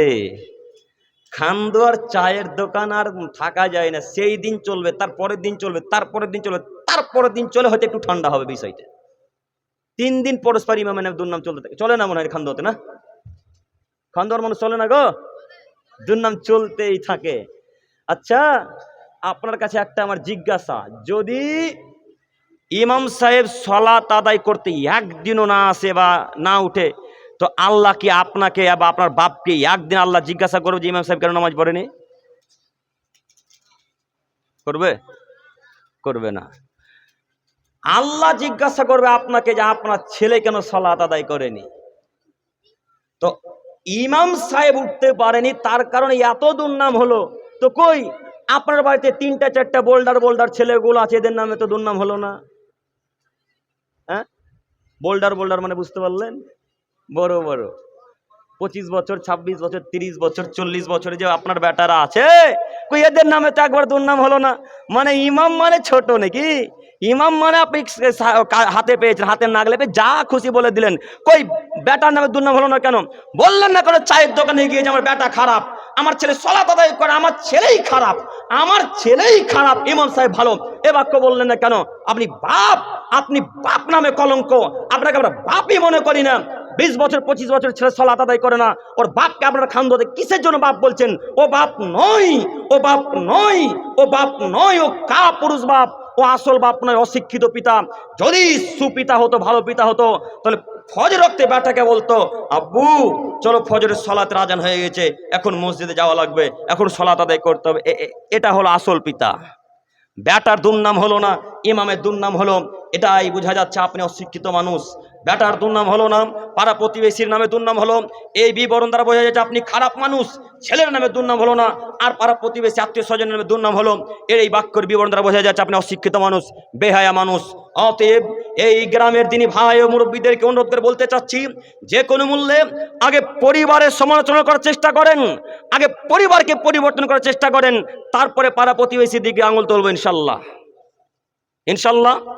হাজারো মানুষ দুর্নাম করতে ব্যস্ত, দুর্নাম করতে মিষ্টি লাগে, যেটা একটু আগে বলছিলাম। তাই আপনাকে অনুরোধ করে বলে যাচ্ছি, দুর্নাম করা আজকেই বন্ধ করুন, নইলে সলাতের নেকি, সিয়ামের নেকি, জাকাতের নেকি, দান খয়রাতের নেকি, ভালো আচরণ নেকি, সব একটু একটু একটু করে দিতে দিতে দিতে দিতে দিতে যাদের নামে দুর্নাম করেছিলেন তাদেরকে কিয়ামতের মাঠে দিতে হবে। প্রস্তুতি গ্রহণ করে থাকেন যার নামে দুর্নাম করেছেন তাকে দেওয়ার জন্যে। আর যদি নেকি কিয়ামতের মাঠে দিতে না হয়, তাহলে আজকে এই মুহূর্তে তার হাত ধরে ভিক্ষা চেয়ে বলেন, আব্দুল করিম ভাই বা আব্দুর রহমান ভাই, আপনার নামে দুর্নাম করেছিলাম, আপনি ক্ষমা করেন। আব্দুল খালেক ভাই, আপনার নামে দুর্নাম করেছিলাম, আপনি ক্ষমা করেন। নইলে এই নেকি আপনাকে কিয়ামতের মাঠে বুঝিয়ে দিতে হবে। এর জন্য প্রস্তুতি গ্রহণ করে থাকেন। সম্মানিত উপস্থিতি, এরপর আয়াত মহান আল্লাহ তাআলা বলেন, ফা খালাফা মিন বাদিহিম খালফ, পৃথিবীর মানুষ তোমরা মনে রেখো, অতঃপর তাদের পরে এলো অপদার্থের দল। আদাউস সালাত, যারা তাদের সালাতকে, যারা তাদের নামাজকে নষ্ট করলো। অত্তাবাউস শাহাওয়াত, যারা তাদের কুপ্রবৃত্তির অনুসরণ করলো। ফাসাউফা ইয়ালকাউনা গাইয়া, অচিরে আমি আল্লাহ তাআলা তাদেরকে ভ্রান্ত পথের শাস্তি ভোগ করাবো। অত্র বাক্যে 3টি কথা। এক, আল্লাহ বলছেন যারা সালাত আদায় করে না তারা অপদার্থ, মূর্খ মানুষ। 2, যারা মন মতো চলে, কুপ্রবৃত্তির অনুসরণ করে, তাদেরকে আমি আল্লাহ তাআলা জাহান্নামে দেব, ভ্রান্ত পথে যারা আছে তাদের মতো। তার মানে যারা বেদাতি, যারা খ্রিস্টান, বৌদ্ধ, জৈন, সাঁওতাল, খ্রিস্টান, ইহুদি, যারা যত মুসলিমবাদী এরা ভ্রান্ত পথে যারা আছে, এদেরকে যেমন আল্লাহ জাহান্নামে দিবে, যারা মন মতো চলে এদেরকেও আল্লাহ জাহান্নামে দিবে। একটু আপনাকে আমি এইখানে আপনার দৃষ্টি আকর্ষণ করে 2-1টি কথা বলতে চাচ্ছি। একটু আপনারা আমার দিকে চেয়ে থাকেন। এতক্ষণ যে কথাগুলো হলো, এ কথাগুলো হয়তো অনেকের ভালো লাগতে পারে বা কারোর খারাপ লাগতে পারে। এখন যে কথা বলতে যাচ্ছি, এ কথা প্রায় সকলেরই তিতা লাগবে, খারাপ লাগবে, আমি কিছু করতে পারি না, একটু আপনাকে না বললেও নয়। একটু আপনারা আমার দিকে চেয়ে থাকেন। এইখানে বর্তমান যত মানুষ সালাত আদায় করে, এরা সবাই শিক্ষিত মানুষ আল্লাহ তাআলার বাণীতে। এই বর্তমান আজকের প্রোগ্রামে যত আমার দিনী ভাই ও মুরব্বী সাহেবগণ আছেন, এরা সবাই শিক্ষিত মানুষ। যদি সালাত আদায় করে আর যদি সালাত আদায় না করে, তাহলে আল্লাহর বাণীতে এরা সবাই কি মানুষ? অপদার্থ, মূর্খ মানুষ, অশিক্ষিত মানুষ। এবার আমি যদি বলি যারা খান্দোয়াতে সালাত আদায় করে না তারা অপদার্থ মানুষ, তো এখন খান্দোয়ার মানুষ আগে আমাকে মারবে না আল্লাহকে মারবে? আমাকে না, আমাকেই মারবে। কেন? আল্লাহকে তারা মারতে পারবে না, আমাকে মারবে। আমি একটু কমজোরি মানুষ, তাই আমাকে মারবে। একটু আপনাকে দেখাই, আমাকে যে মারবেন তো আমি কি প্রথম অপরাধী না আল্লাহ প্রথম অপরাধী? একটু আপনাকে দেখাই, একটু দেখেন। এটা মনে করেন কোন একটা আরবি লিখা, বা মনে করেন কোন একটা ইংলিশ লিখা। মনে করেন আমাদের সম্মানিত শেখ আব্দুল হাসিব বিন আবুল কাসিম সাহেব লিখেছেন, ইংলিশে কোনো একটা ছড়া লিখেছেন। তো এই ইংলিশের ছড়াটা আমি বাংলাতে ট্রান্সলেট করছি, অনুবাদ করছি, যে এই খান্দোয়ার মানুষ খুবই বদ, খান্দোয়ার মানুষ অতীব খারাপ, খান্দোয়ার মানুষ অতীব নির্লজ্জ। এই বাক্যটা আমি যদি অনুবাদ করি তো আমি অপরাধী না যিনি লেখক তিনি অপরাধী? যিনি লেখক, যিনি লিখেছেন তিনি অপরাধী। তো আপনি আমাকে মারবো বলছেন কেন? আমি তো বলিনি যে যারা সালাত আদায় করে না তারা অপদার্থ। আরে আমি বলবো কেন? আমি ছোট মানুষ, আমার বিদ্যা বুদ্ধি কম, আমি বলতে যাব কেন? আল্লাহ বলছেন যারা সালাত আদায় করে তারা মূর্খ, আল্লাহ বলছেন যারা নামাজ পড়ে তারা অপদার্থ, আল্লাহ বলছেন যারা সালাত আদায় করে তারা অশিক্ষিত। বলেন এখন ঠেকাতে হলে কাকে ঠেকাতে হবে? আল্লাহকে। আমাকে ঠেকিয়ে কোনো লাভ নেই, আপনি মারতেই পারেন। বিশ্বাস করুন যারা সালাত আদায় করে না তারা অশিক্ষিত, বেহায়া কথাই চূড়ান্ত। যারা নামাজ পড়ে না তারা অশিক্ষিত, অসভ্য কথাই ঠিক। অন্যত্র মহান আল্লাহ তাআলা বলেন ইন্নামা ইয়াতাযাক্কারু উলুল আলবাব, পৃথিবীর মানুষ তোমার মনে রেখো নিশ্চয়ই অবশ্যই শিক্ষিত মানুষের উপদেশ গ্রহণ করে, অবশ্যই শিক্ষিত জ্ঞানীগুণী মানুষের উপদেশ গ্রহণ করে। এতক্ষণ থেকে কাছাকাছি 1 ঘন্টা যাবত যে বক্তব্য চলছে, এতগুলো কথা বললাম, এই সমস্ত কথা কি উপদেশের বাইরে না উপদেশমূলক? উপদেশমূলক। এই কথাগুলোকে যারা মেনে নিবে আল্লাহ তাআলার বাণীতে তারা শিক্ষিত মানুষ। ওই উপরের বাক্যে আল্লাহ তাআলা বললেন যারা সালাত আদায় করেন তারা অপদার্থ, অসভ্য, শিক্ষিত মানুষ। এবার আপনি বলেন যারা খান্দোয়াতে, যারা জঙ্গিপুরে, যারা রঘুনাথগঞ্জে, যারা গোটা পৃথিবীতে সালাত আদায় করে না, এরা আল্লাহর বাণীতে শিক্ষিত না অশিক্ষিত? অশিক্ষিত। তাহলে আমি এখানে 1 নম্বর আসামি নই। আপনার রাগ লাগলে কি আর তিতা লাগলে কি আর মিঠা লাগলে কি, আমি কি করব বলেন? আল্লাহ বলেছেন তাই বলে দিলাম। আপনাকে প্রথম বাক্যে বলেছিলাম নিজের পক্ষ থেকে বলে জাহান্নাম কিন্তু আসেনি, নিজের পক্ষ থেকে একটা বাক্য বলে জাহান্নাম কিন্তু আসেনি। আল্লাহ নবী বলছেন পৃথিবীর মানুষ তোমরা বানী ইসরায়েলের ঘটনা বলো তাতে দোষ নেই, তোমরা বানী ইসরায়েলের ঘটনা বলো তাতে দোষ নেই। যদি বানী ইসরায়েলের ঘটনা বলতে গিয়ে বাড়াবাড়ি করো তাহলে তোমাদের থাকা জায়গায় জাহান্নাম। আমার ব্যাপারে কথা বলতে গিয়ে যদি বাড়াবাড়ি করো তাহলে তোমাদের থাকা জায়গায় জাহান্নাম। আমি খান্দোয়াতে বক্তব্য রেখে জাহান্নাম কিন্তু আসিনি, জান্নাত কেনার চেষ্টা করতে এসেছি। অতএব বিশ্বাস করুন আল্লাহ তাআলা বলছেন যারা সালাত আদায় করে না তারা অপদার্থ, অশিক্ষিত, অসভ্য মানুষ। আব্দুল করিম সাহেব কথা একটু লাগাম দিয়ে বলেন, কথা একটু হিসাব করে বলবেন। কেন? আমার বাপ আমাদের পণ্ডিতপুরের হেড শিক্ষক, আমার বাপ আমাদের এই মাদ্রাসার হেড শিক্ষক, আমার বাপ আমাদের এই স্কুলের টিচার, আমার মা শিক্ষিতা নারী, আমার মা শিক্ষিকা, আমার মা এমএসকে স্কুলের হেড শিক্ষিকা আব্দুল করিম সাহেব।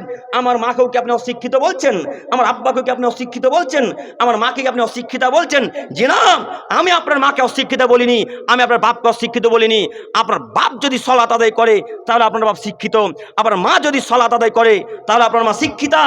আপনি যদি সালাত আদায় করেন তাহলে আপনি শিক্ষিত মানুষ, আর আপনি, আপনার বাপ, আপনার মা যদি সালাত আদায় না করে তাহলে আপনারা সবাই অশিক্ষিত মানুষ। এই কথা বলতে এসেছি। যারা সালাত আদায় করে এদেরকে আমি অশিক্ষিত বলবো কেন? এ কথা আমি বলতে পারি না। সম্মানিত মুরব্বী সাহেব, এই জন্য বলতে চাচ্ছিলাম যুবক তুমি সালাত আদায় করো, তোমার বাপ সালাত আদায় করে না। মুরব্বী সাহেব আপনাকে বলি আপনি সালাত আদায় করেন, আপনার ছেলে সালাত আদায় করে না। বাপ বেটার কারো লজ্জা নেই, বাপও বেটাকে বলতে পারে না, বেটাও বাপকে বলতে পারে না। তাই অনুরোধ করে বলতে চাচ্ছিলাম আপনাদের ছেলে হিসেবে, ভাই হিসেবে, যে আজকে থেকে যে কোনো মূল্যে সালাত আদায় করার চেষ্টা করবো ইনশাল্লাহ। ইনশাল্লাহ হবে, ইনশাল্লাহ চাচা হবে, ইনশাল্লাহ। ইনশাল্লাহ। আল্লাহ তুমি দিনী ভাই ও মুরব্বীদেরকে কবুল করো, মা ও বোনদেরকে কবুল করো, সকলে বলি আমিন। সম্মানিত উপস্থিতি, এরপর আয়াত মহান আল্লাহ তাআলা বলেন মা সালাকাকুম ফি সাকার, পৃথিবীর মানুষ তোমরা মনে রাখো জাহান্নামীদেরকে যখন জাহান্নামের দিকে নিয়ে যাওয়া হবে, একটু দেখেন আমার দিকে লক্ষ্য করেন, কিছুক্ষণের জন্য মনে করেন এটা জাহান্নামের গেট। তবে মনে করিয়ে না যে জাহান্নামের গেট এত ছোট। জাহান্নামের গেট বিশাল বড়, মানুষের পরিকল্পনার বাইরে। জাহান্নামের গেট বিশাল বড়, মানুষের চিন্তা ভাবনার বাইরে। সারা পৃথিবীর পশু প্রাণী, সারা পৃথিবীর গাছপালা, পশু পাখি, মানুষ, জিন যদি একসাথে জাহান্নামের গেট দিয়ে সবাই জাহান্নামে ঢুকে যায়, তবু জাহান্নামের গেট এতটুকু বুঝতে পারবে না যে আমার ভিতরে কিছু প্রবেশ করলো। জাহান্নামের গেট কত বড়, মানুষের পরিকল্পনার বাইরে। এই জন্য আপনাকে একটু উদাহরণ দিয়ে দেখাচ্ছি, মনে করেন কিছুক্ষণের জন্য এটা জাহান্নামের গেট। যারা বেনামাজি, ভুল হলো, যারা এই জাহান্নামের গেটের সম্মুখে অধিকাংশ মানুষকে হাঁকিয়ে লাঠি চার্জ করতে করতে এই জাহান্নামের সম্মুখে গেটের নিকটে নিয়ে আসা হবে। গেটের নিকটে নিয়ে এসে বলা হবে, মা সালাকাকুম ফি সাকার, এই জাহান্নামবাসীরা তোমরা বলো তোমরা কিসের জন্য এই জাহান্নামে এসেছো? এই জাহান্নামে কিসের জন্য এসেছো? কি কারণে, কি অপরাধে, কি কাজ করেছো যে তোমরা এই কারণে এই জাহান্নামে এসেছো? তখন আমরা সকলেই বলবো, যারা জাহান্নামী, এক বাক্যে উত্তরে বলবো, ক্বালু লাম নাকু মিনাল মুসাল্লিন। শুনুন, আমরা সালাত আদায় করতাম না, আমরা নামাজ পড়তাম না, আমরা সালাত আদায় করতাম না, এই কারণে আমরা জাহান্নামে এসেছি। আর কেন এসেছো? আবার আমরা সকলেই বলবো, অলাম নাকু নুতিমুল মিসকিন, আমরা মিসকিনদেরকে খেতে দিতাম না, ফকিরকে খেতে দিতাম না, ফকিরকে টাকা দিতাম না, ফকিরের সাথে ভালো আচরণ করতাম না, এই কারণে জাহান্নামে এসেছি। এরপরে আরো কয়েকটি বাক্য আছে, আমি সেদিকে যেতে চাচ্ছি না, আমার সময় অতীব কম। আমার কথা হচ্ছে এইখানে দুইটি বাক্য নিয়ে। এক, যখন জাহান্নামীদেরকে জিজ্ঞাসা করা হবে, তখন সকলেই বলবে আমরা সালাত আদায় করতাম না। দুই, আমরা ফকির মিসকিনকে খাদ্য খেতে দিতাম না, এই কারণে জাহান্নামে এসেছি। ও মুরব্বী সাহেব, আজকে আপনার বয়স 45 বছর। ও চাচা, আপনার বয়স আজকে 55 বছর। সব দাড়ি মুছ পেকে সাদা হয়ে গেছে, এরপর আপনি মসজিদে দরজা চেনেন না, এরপর আপনি পাড়া প্রতিবেশীর ভালো আচরণ করতে শিখলেন না। কবে আপনি জান্নাত যাওয়ার কাজকর্ম করবেন? কবে মসজিদের দিকে যাবেন? কবে সালাত আদায় করবেন? আপনি বিশ্বাস করুন, যে ব্যক্তি সালাত আদায় করে না, এ ব্যক্তি জাহান্নামে যাবে, এ ব্যক্তির কোনো ইবাদত কবুল হবে না। যে হাদিস পূর্বে একটু আগে বলছিলাম, আবারও দেখাই, যে ব্যক্তি সালাত আদায় করে না, এর কোনো ইবাদত কবুল হবে না। আবু হুরায়রা রাদিয়াল্লাহু তাআলা আনহু বলেন, রাসূল সাল্লাল্লাহু আলাইহি সাল্লাম বলেছেন, ইন্না ওয়ালা মা ইউহাসাবু বিল আবদু বিসসালাতি ইয়াউমাল কিয়ামা। পৃথিবীর মানুষ মনে রাখো, নিশ্চয়ই পৃথিবীর মানুষ তোমরা মনে রাখো, নিশ্চয়ই কিয়ামতের মাঠে আদমের ছেলেমেয়ের সর্বপ্রথম হিসাব নিকাশ না হবে সালাতের। ফাইন সালাত কাদ আফলাহা, যদি সালাতের ইবাদত আল্লাহ কবুল করেন, যদি সালাতের হিসাব আল্লাহ তাআলা কবুল করেন, তাহলে সব ইবাদত আল্লাহ তাআলা কবুল করবেন।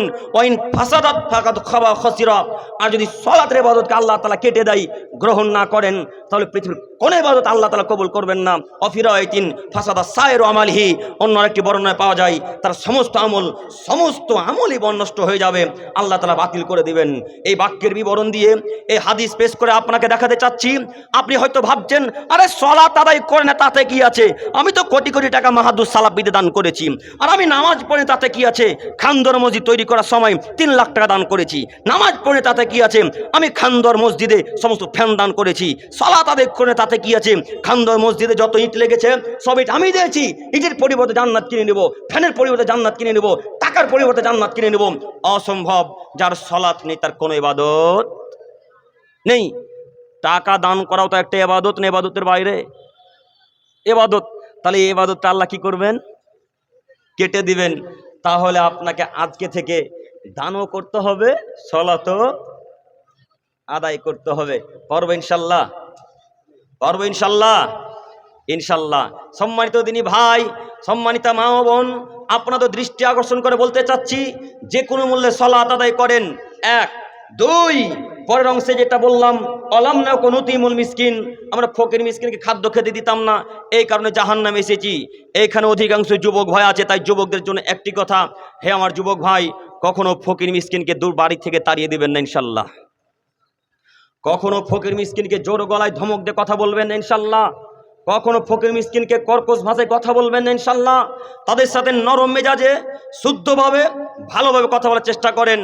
বাড়িতে ভিক্ষুক এলে সমস্ত কাজকর্ম ছেড়ে দিয়ে আগে ভিক্ষা দেওয়ার চেষ্টা করবেন ইনশাল্লাহ। যে কোনো মূল্যে হবে না ইনশাল্লাহ, যে কোনো মূল্যে আগে ভিক্ষুকে ভিক্ষা দেওয়ার চেষ্টা করবেন। কেন? কাজকর্ম ছেড়ে দিয়ে ভিক্ষা দিতে এই জন্য বলছি যে আপনি ভিক্ষার চাল দেবেন এতটুকু, তাই না? আমি ভিক্ষার চাল দিয়ে এতটুকু, তো আমার এতটুকু চাল ওই ভিক্ষুকটার পেট পরিপূর্ণ হবে? আরও তাকে 20, 25, 30, 40 ঘর ঘুরতে হবে, তাহলে তার পেট পরিপূর্ণ হবে, তাহলে তার একদিনের রোজগার বা একদিনের খাদ্যের আয় হবে, তাই না? তো আমি যদি আপনার ফকিরটাকে 5 মিনিট দাঁড় করাই, আপনি যদি 5 মিনিট দাঁড় করান, আপনার ভাই যদি 5 মিনিট ফকির মিসকিনকে দাঁড় করাই, তাহলে 3টা বাড়িতে 5-5 করে কত মিনিট বাদ গেল লোকটার? 15 মিনিট। এই 15 মিনিটে ওই লোকটা আনুমানিক আরো 10 থেকে 12টা বাড়ি ভিক্ষা চাইতে পারতো না? কথা বুঝতে পারেননি মনে হয় আমার। এই 10 থেকে 12 মিনিটের মাথায়, 15 মিনিটের মাথায় 10 থেকে 12টা বারে আরো ভিক্ষা চাইতে পারতো। তো আপনি তাকে দাঁড় করালেন 5 মিনিট। এই নীতি বর্জন করতে হবে, সব কাজকর্ম ত্যাগ করে বাড়ির স্ত্রীকে বলে দিতে হবে, বাড়ির সদস্যদেরকে বলতে হবে যে এই শোনো, ভিক্ষুক এলাকা ভিক্ষা দেওয়ার চেষ্টা করবে। সাথে সাথে এখানে আরো একটি কথা, বাচ্চা ছেলের হাত দিয়ে ভিক্ষা দিতে পাঠাবেন ইনশাল্লাহ। বাচ্চা ছেলের হাত দিয়ে ভিক্ষা দিতে পাঠাবেন, এটা আমার অনুরোধ। কেন? বাচ্চা ছেলে মেয়ের হাত দিয়ে যদি ভিক্ষা দিতে পাঠান, তাহলেও বড় হয়ে আপনার মতো বদ হবে না, বড় হয়ে আপনার মতো স্টেশনের মানুষকে জোর গলায় ধমক দিয়ে কথা বলবে না। কিভাবে? লালগোলা স্টেশনে পাইখরা, বুঝেন পাইখরা? তো আপনি লালগোলা স্টেশনে দাঁড়িয়ে আছেন, তো খুব সুন্দর সাদা পাঞ্জাবি পায়জামা বা সাদা টি শার্ট আর খুব একটা নামি দামি প্যান্ট পরে আছেন। তো পাইখরাদের ছেলেগুলা এত নোংরা, ওরা আসলে নোংরা হয়, তাই না? খুব নোংরা হয়ে আছে, গা হাত ধুলাবালি লেগে আছে, এসে আপনার পাকে ধরে নিয়েছে এইভাবে শক্ত করে। আর ওদের এমন একটা নীতি, জঙ্গিপুর যদি মাঝে মাঝে যান, বাইকের ওপর থেকে পা ধরে নেওয়া ছাড়বে না, যতক্ষণ 5 টাকা 10 টাকা না দেবে ততক্ষণ ছাড়বে না। কোনোদিন কারোর সাথে ঘটেছে আপনাদের? জি। তো ওইভাবে আপনার পা যখন ধরে নিয়ে যায়, তখন বলছে বেরিয়ে যা, আমার পা ধরলি কেন? আরে ছি ছি ছি ছি ছি ছি, আমার এত সুন্দর প্যান্টটা নষ্ট করে দিল, আমার এত দামি প্যান্টটা পায়জামাটা নষ্ট করে দিল। এইভাবে তাড়িয়ে দিলেন, তাড়িয়ে দেন না? না, ধমক দিয়ে কথা বলেন না ওদেরকে তাড়িয়ে দিলেন। এই বাচ্চা ছেলে মেয়েকে যদি আপনি আজকে থেকে ভিক্ষা দিতে পাঠান, তাহলে এরা নীতি শিখবে, এরা ব্যবহার শিখবে যে না, ফকির মিসকিনের সাথে ভালো আচরণ করা লাগে, ফকির মিসকিনের সাথে নরম মেজাজে কথা বলতে হবে। আর বাচ্চা ছেলের মেয়ে হাতে ভিক্ষা দিতে যখন পাঠাবেন, তখন পিছন পিছন যাবেন, নাহলে ছেলে ধরা লোকে নিয়ে পালিয়ে যাবে। হ্যাঁ, যেটা কিছুদিন আগে খুব গুজব হচ্ছিল না, এটা গুজব নয়, আসলেই সত্য। ধানবাদের ঘটনা, একটা লোক ধরা পড়েছে, তাকে জ্যান্ত জ্বালিয়ে দিল, জ্যান্ত। ধানবাদে আমিও ছিলাম তখন, জ্যান্ত জ্বালিয়ে দিল, সব ভিডিও করছে এভাবে। চোর এইভাবে এসেছিল বা এখনো আছে। তাই বলছিলাম, ভিক্ষা যখন দিতে যাবে আপনার ছেলে মেয়ে, তখন আপনিও তার পিছন পিছন যাবে ইনশাল্লাহ, নইলে তখন কান্নাকাটি করতে হবে। বলছিলাম নীতি পরিবর্তন করেন, তার মানে আজকে থেকে ভিক্ষুক আর বাড়ি থেকে কোনো ভিক্ষুক ফিরে যাবেন ইনশাল্লাহ। আল্লাহ, তোমার দরবারে ভিক্ষা চাইছি, তুমি আমাদের সমস্ত দিনী ভাই ও বোনদেরকে সালাত সম্পর্কে বোঝা তৌফিক দান করো, সকলে বলি আমিন। এরপরের হাদিস, আবু হুরায়রা রাদিয়াল্লাহু তাআলা আনহু বলেন, রাসূল সাল্লাল্লাহু আলাইহি সাল্লাম বলেছেন, পৃথিবীর মানুষ মনে রেখো, সালাতের নেকি 3 ভাগে বিভক্ত। সালাতের নেকি 3 ভাগে বিভক্ত। 1 পবিত্রতার মাধ্যমে, 2 রুকুর মাধ্যমে, 3 সিজদার মাধ্যমে। এই 3টি যার ঠিক হলো, তার সালাত ঠিক হলো। এই 3টি যার ঠিক হলো, তার সালাত ঠিক হলো। আর যদি এই 3টির কোনো একটি বাতিল হয়ে যায়, তাহলে তার সালাতও বাতিল হয়ে গেল, আল্লাহ তাআলা তার সালাত কবুল করবেন না। এই হাদিসের শেষের অংশে আল্লাহ নবী বলছেন, যদি সালাত কবুল না হয়, তার কোনো ইবাদত কবুল হবে না। সম্মানিত উপস্থিতি, এই বাক্যে আপনাকে বলতে চাচ্ছি, ওযু খুব ধীর স্থিরভাবে, সুন্দরভাবে রাসূলের পদ্ধতিতে করার চেষ্টা করবেন ইনশাল্লাহ। যে কোনো মূল্যে সুন্দর করে ওযু করার চেষ্টা করব। এখন আমাদের যেটা নীতি, যেটা আমাদের চোখে পড়ে, যে ইমাম সাহেব মাগরিবের সালাতে দাঁড়িয়ে গেছে, একটা চাচা আমাদের মতো যুবক ভাই তাড়াহুড়া করে ওযু করে জামাত ধরার জন্য চলে গেল। তার এই কনুয়ের কোনো জায়গায় ভিজলো কি ভিজলো না, তার এই হাতের কোনো জায়গায় ভিজলো কি ভিজলো না, টাকনুর এই জায়গাটা কোনো জায়গায় শুকনো থাকলো কি থাকলো না, তার কোনো ভুরুক্ষেপ নেই, কোনো পরোয়া নেই, তাড়াহুড়া করে মসজিদে চলে গেল। তো আল্লাহ নবী বলছেন, সালাত নাকি 3 ভাগে বিভক্ত। প্রথমটা হচ্ছে পবিত্রতা, অর্থাৎ ওযুর মাধ্যমে। তো যদি ওযুই ঠিক মতো না হয়, তো সালাত কবুল হবে না। তাহলে আপনার এত তাড়াহুড়া করে কোনো লাভ আছে? যে এত তাড়াহুড়া কোনো লাভ নেই। আজকে থেকে যে কোনো মূল্যে সুন্দর করে ওযু করার পর সালাতে যাওয়ার চেষ্টা করবেন ইনশাল্লাহ। 1, 2 রুকু রাসূলের পদ্ধতি সঠিকভাবে করার চেষ্টা করবো ইনশাআল্লাহ। 3 সিজদাও সঠিকভাবে করার চেষ্টা করব। আমরা অধিকাংশ মানুষ ওই কুকুরের মতো সিজদা করি, কুকুরের মতো। দেখতে পান না বাড়ির সামনে কুকুরটা বসে থাকে, 2 হাতকে সামনের দিকে এইভাবে ফেলে মাটির সাথে ঠেকিয়ে, দেখেননি? তো হাতটা এইভাবে খাড়ো রাখতে হবে, হাত এইভাবে ফাঁকা থাকবে। বুঝতে পারেন না কথা মনে হয়? হাত ফাঁকা রাখবেন, তাহলেই ওই সালাত কবুল হবে, নচেত ওই সালাত কবুল হবে না। সম্মানিত উপস্থিতি, আজকের আলোচনার শেষ হাদিস, যায়েদ ইবনে খালিদ রাদিয়াল্লাহু তাআলা আনহু বলেন, রাসূল সাল্লাল্লাহু আলাইহি সাল্লাম বলেছেন, রাসূল সাল্লাল্লাহু আলাইহি সাল্লাম বলেন, যদি কোনো মানুষ মান তাওয়াদ্দাউ ফাহসানাল উজুয়া, যদি কোনো মানুষ সুন্দর করে উত্তম রূপে উজু করে, সুম্মা ইয়াকুম, এরপরে দাঁড়িয়ে ফায়ুসাল্লি রাকাতাইন, 2 রাকাত সালাত আদায় করেন, মুকবিলুন আলাইহিমা বিকলবিহি ওয়া ওয়াজহিহি ইল্লা ওয়াজাবাত লাহুল জান্নাহ, সুন্দর করে উজু করে দাঁড়িয়ে 2 রাকাত যদি সালাত আদায় করে, একেবারে অন্তর থেকে রবকে খুশি করার জন্য কেউ যদি এভাবে সালাত আদায় করে, ইল্লা ওয়াজাবাত লাহুল জান্নাহ, তাহলে তার জন্য আল্লাহ তাআলা জান্নাতকে ওয়াজিব করে দিবেন। আল্লাহু আকবার। তাহলে তার জন্য জান্নাত ওয়াজিব। এখানে কথা হচ্ছে, আব্দুল করিম ভাই, যারা প্যারালাইসিসের অসুখ রোগী, তারা তো দাঁড়াতে পারবে না, তারা কিভাবে সালাত আদায় করবে? তারা বসে সালাত আদায় করে নেবে ইনশাআল্লাহ, যেটা সুবিধা হবে। যাই হোক, আমি আর বক্তব্য লং করতে চাচ্ছি না। শেষ পর্যায়ে এসে বলি, হে প্রভু দয়াময়, তোমার তো দয়ার অভাব নেই, তুমি তো দয়াশীল, তুমি তো ক্ষমাশীল, তুমি তো রহমান। তোমার দরবারে ভিক্ষা চাইছি, তুমি আমাদের সমস্ত দিনী ভাই ও বোনদেরকে কবুল করো। সকলেই বলি আমিন। হে আমার প্রতিপালক, তোমার দরবারে ভিক্ষা চেয়ে বলি, মালিক, এহকাল ছেড়ে যারা পরকালে পাড়ি দিয়েছে, তুমি তাদের সকলকে জান্নাতুল ফেরদাউস দান করো। সকলেই বলি আমিন। হে আমার প্রতিপালক, তোমার দরবারে ভিক্ষা চাইছি, আমরা যারা এখানে প্রায় যুবক বসে আছি, আল্লাহ তুমি তাদেরকে রাসূলের পদ্ধতিতে চলার তৌফিক দান করো, মুরব্বীদেরকে তৌফিক দান করো। সকলেই বলি আমিন। হে আমার প্রতিপালক, তোমার দরবারে ভিক্ষা চেয়ে বলি, মালিক, তুমি আমাদের সমস্ত দিনী ভাই ও বোনদেরকে তোমার দিনের জন্যে, দিনের খিদমত হিসেবে কবুল করে নাও। সকলেই বলি আমিন। এখান থেকে আলোচনা শেষ করলাম। সুবহানাকা আল্লাহুম্মা ওয়া বিহামদিক, আশহাদু আল্লা ইলাহা ইল্লা আনতা, আস্তাগফিরুক ওয়া আতুবু ইলাইক। আসসালামু আলাইকুম ওয়া রাহমাতুল্লাহি ওয়া বারাকাতুহু।